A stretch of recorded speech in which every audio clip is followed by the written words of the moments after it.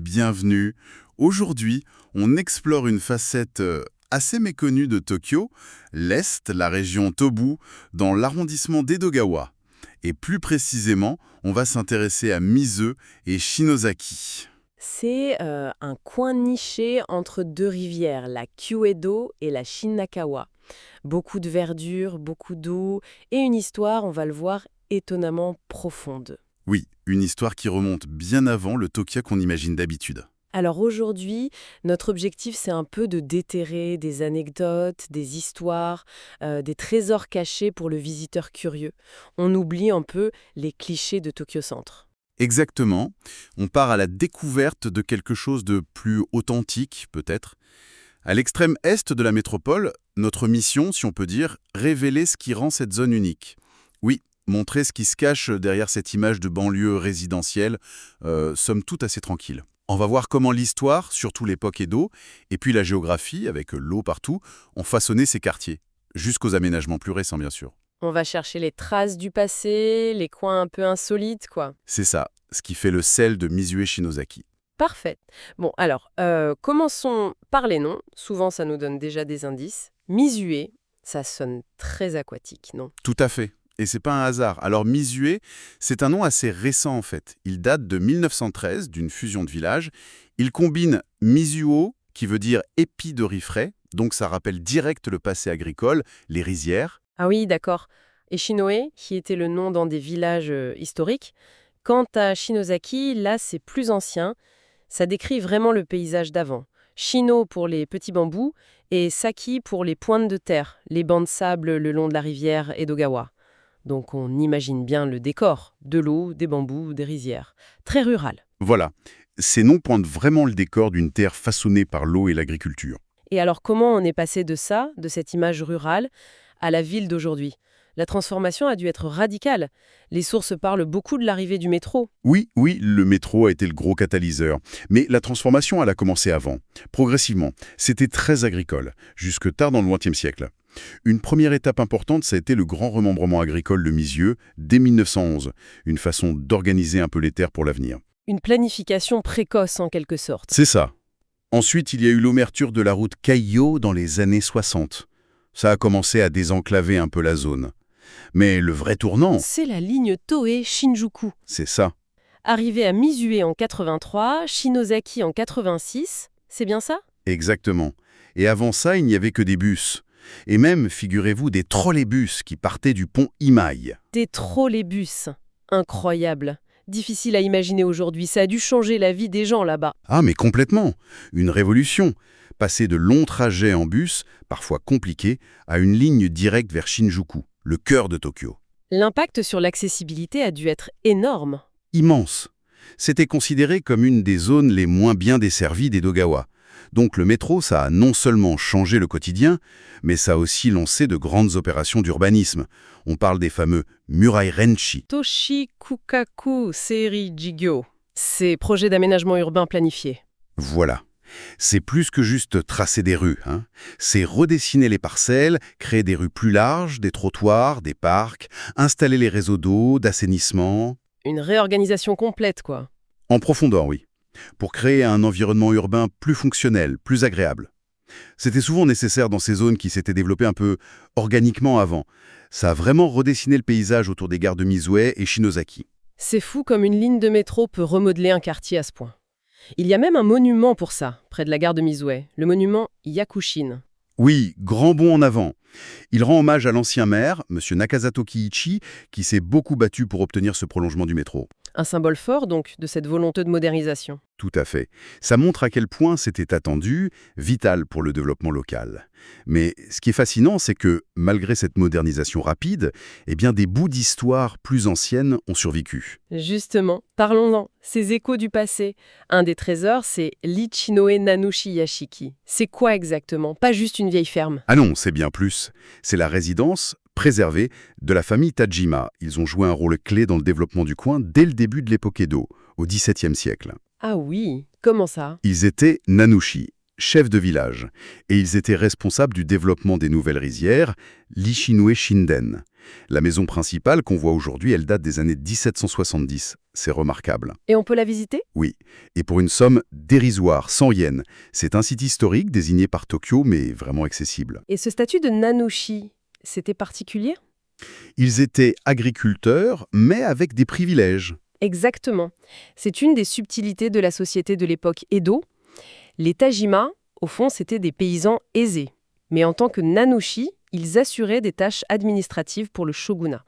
Et en échange, ils avaient obtenu le droit, ce qui était rare pour des non-samouraïs, de porter un nom de famille et aussi de vivre dans une demeure d'un certain standing avec des éléments d'architecture qui rappelaient un peu les résidences de samouraïs. Intéressant. Ça montre comment le pouvoir central s'appuyait sur des élites locales. Tout à fait. Et à l'intérieur, on voit encore des traces de la vie d'autrefois.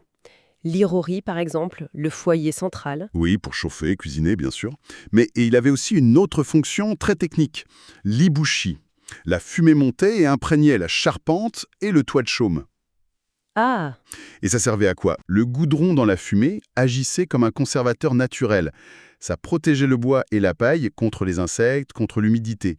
C'est une technique ancestrale super ingénieuse qui permettait à ces grandes maisons de durer des siècles. incroyable! Juste la fumée! C'est le genre de détail qui rend l'histoire vivante. Visiter cette maison, c'est vraiment toucher du doigt ces savoir-faire un peu oubliés. Autre lieu surprenant, le temple Dai-Unji, surnommé Yakushadera, le temple des acteurs. Des acteurs de kabuki à Edogawa. Qu'est-ce qu'ils font là? Alors ça, c'est une des découvertes les plus inattendues du coin. Ce temple abrite les tombes de plusieurs lignées d'acteurs de kabuki, parmi les plus célèbres de l'histoire du Japon. Ah bon? Lesquels, par exemple?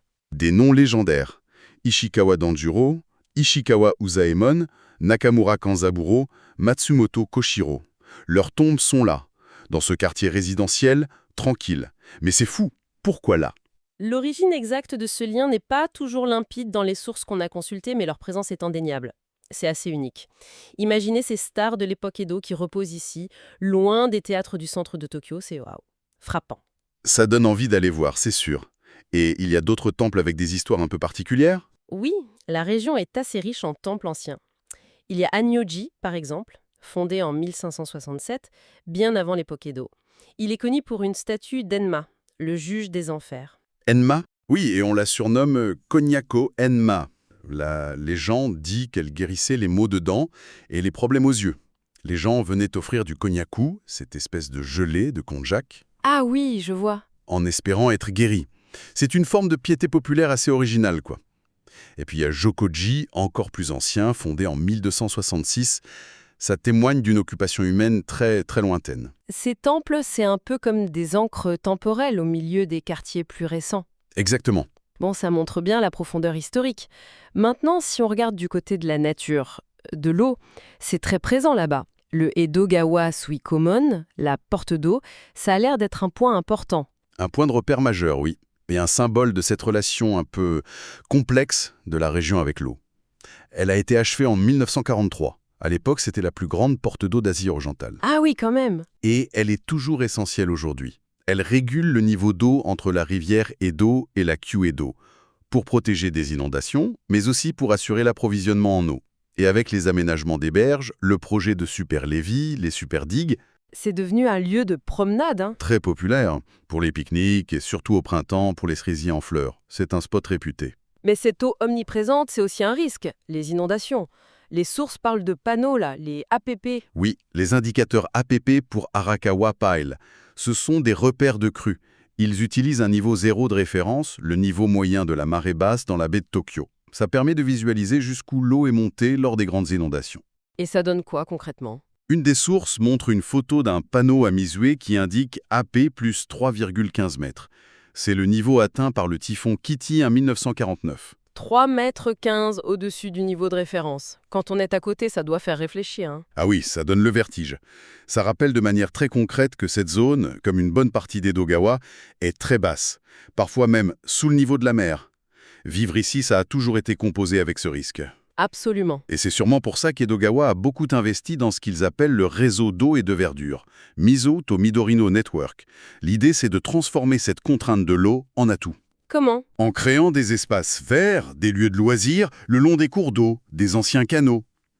Les Shinsui Ryokudo, ces promenades vertes au bord de l'eau, c'est le meilleur exemple. Shinodabori, Tobori, Ango Yosui. C'était des canaux d'irrigation, et maintenant ce sont des couloirs écologiques, des lieux de détente.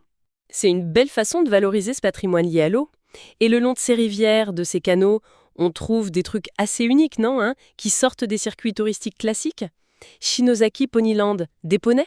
Oui, et on peut faire des balades à poney gratuitement. C'est géré par l'arrondissement. Évidemment, c'est très populaire auprès des familles. J'imagine.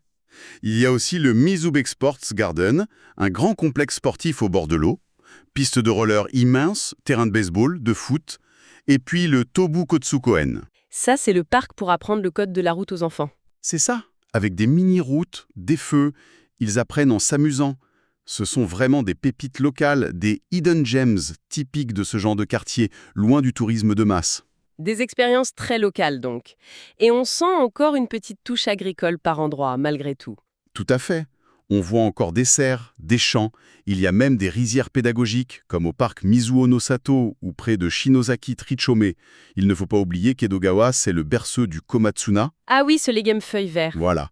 Cette persistance de l'agriculture, même à petite échelle, c'est une autre facette de ce mélange très caractéristique du quartier.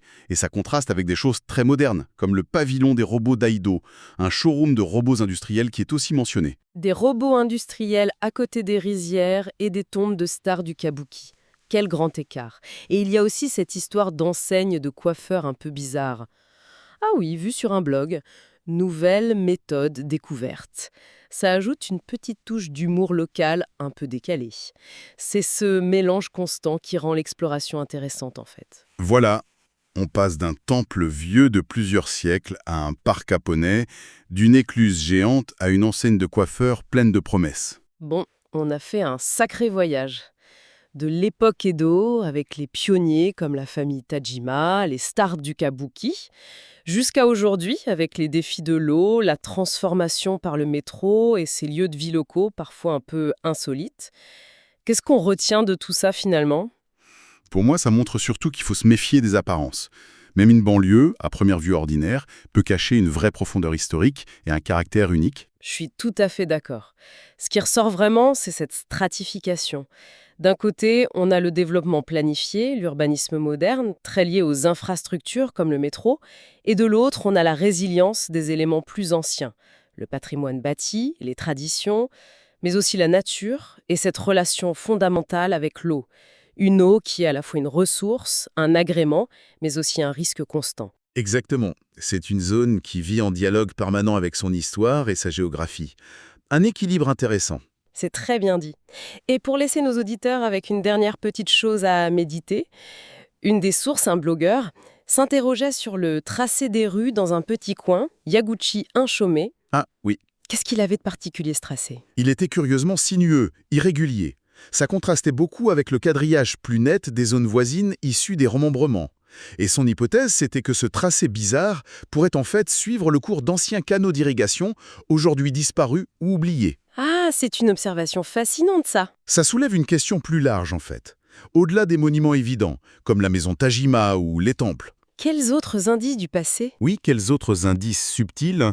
Un tracé de rue un peu courbe, un alignement d'arbres, le nom d'un arrêt de bus peut-être, pourraient encore se cacher dans le tissu urbain de ces quartiers qui ont été tellement transformés. Chercher ces empreintes discrètes ? C'est peut-être une autre façon d'explorer et de comprendre la richesse de lieux comme Mise et Shinosaki.